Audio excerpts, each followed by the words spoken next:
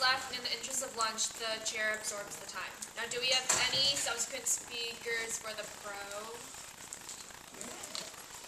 Alright. So, do I have a motion to suspend the rules? Second. Okay. So basically, motion to suspend the rules means that, we can just break any rule that's, originally stated in the JSA Constitution. If there is no one willing to speak for the pro, then I have to say, motion to suspend the rules, someone has to agree, there has to be a majority, and that's when we can move on to con. And, if no one wants to speak for the pro again, I would have to say it again, and it would be a con speaker. And so, basically, motion to suspend the rules is just to break the rules. So now, do you have any subsequent speakers for the con? Alright, Jerry.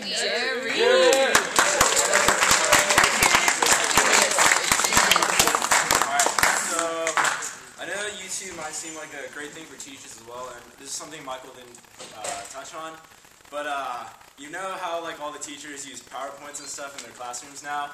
Alright, we come to school with the teacher so the teacher can teach us, not so the teacher can show us videos. If we wanted to go watch videos, you can go home and watch them yourself. Why would we come to school to have a teacher show us a video we have access to anytime at all? Isn't that kind of like a waste of time?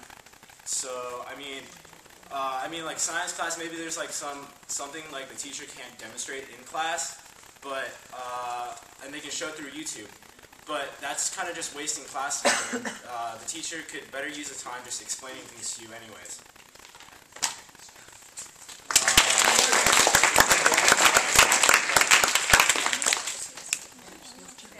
Are there any questions for Mr. Lee?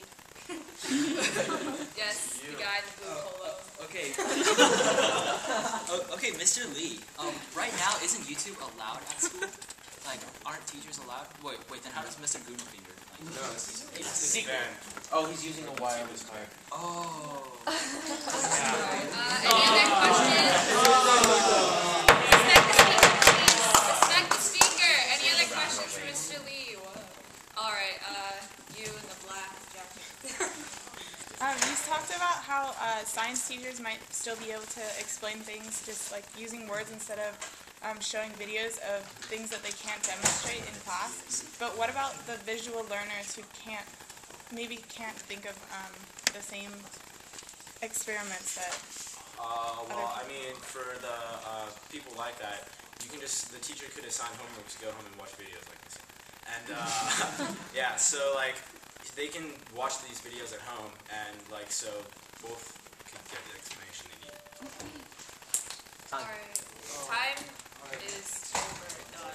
So, because in the interest of lunch, we can't do extensions, but usually at debates you can say motion to suspend speaker's time, and of course someone will agree, and the speaker will speak some more. But now, do we have anyone who's willing to speak for the pro? Alright, Mr. Harrison, please come up.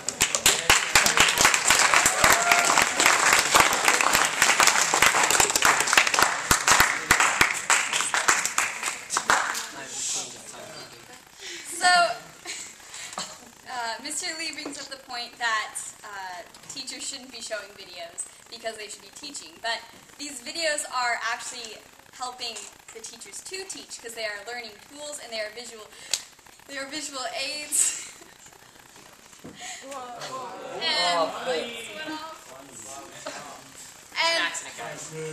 And they are visual aids to help the teachers explain something that maybe they can't explain by themselves. Because it needs like a visual aid. And yeah. Therefore.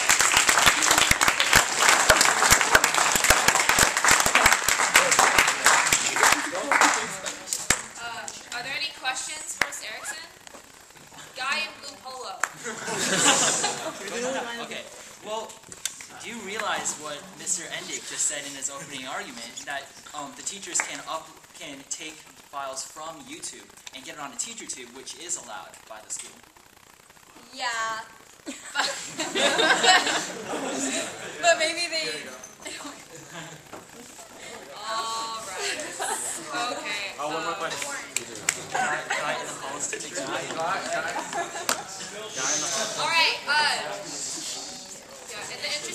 the chair is going to absorb the time because we need time for closing speeches. But thank you anyway, Mr. Erickson.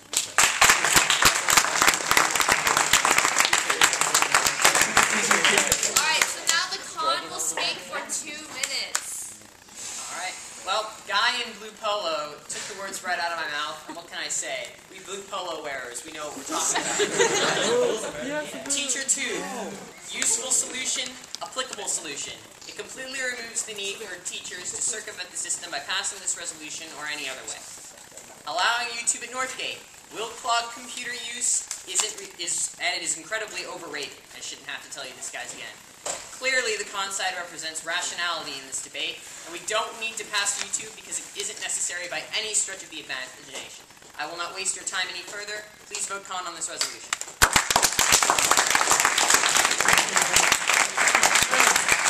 Pro shall speak for 2 minutes. Alright, my opponent, much of his argument was based off of Teacher 2, yet his argument is largely flawed. He failed to mention how teachers log on to Teacher 2, how they upload videos, how long of a process it is, and even whether or not it is allowed if you can go on Teacher 2 at Northgate. Many of these specifics and many of these things he failed to mention entirely, which leads me to believe that he did not do his proper research. He also mentioned that if YouTube was used at school because of slow internet connection, the quality would go down. Yet quality is not the question. We want to access these videos to add to the quality of the classroom environment, not to examine the quality of our HD screens. These videos enhance the experience. I was at Georgetown this summer, and my professor at Georgetown showed us videos on YouTube almost every day. It was really exciting. It was a great way to start a discussion about politics. We would watch a video about somebody from Fox News or something like that expressing their opinion, and then we'd have this great discussion about it. And it would bring up things that we normally wouldn't bring up. These are the kind of things that YouTube can do to enhance the classroom experience. I urge you to vote pro on this resolution. Thank you very much.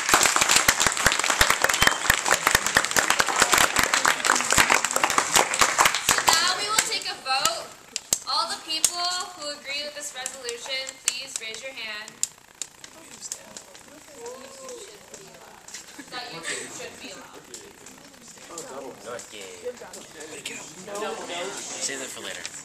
Keep your hands up high, please. Thank you.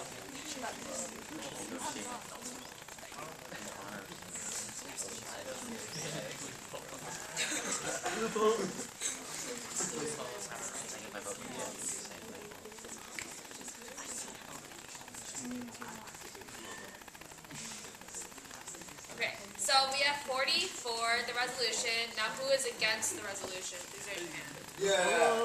Okay, one hand only. Thank you.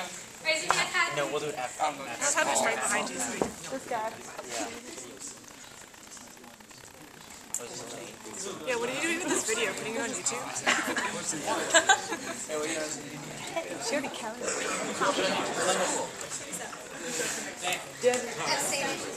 Any abstentions? Oh yeah. You can abstain if you already voted. Yeah. Abstain! Respect the speaker, please. An abstention means that you don't know what to choose. Or, yeah, you do. You don't want to choose.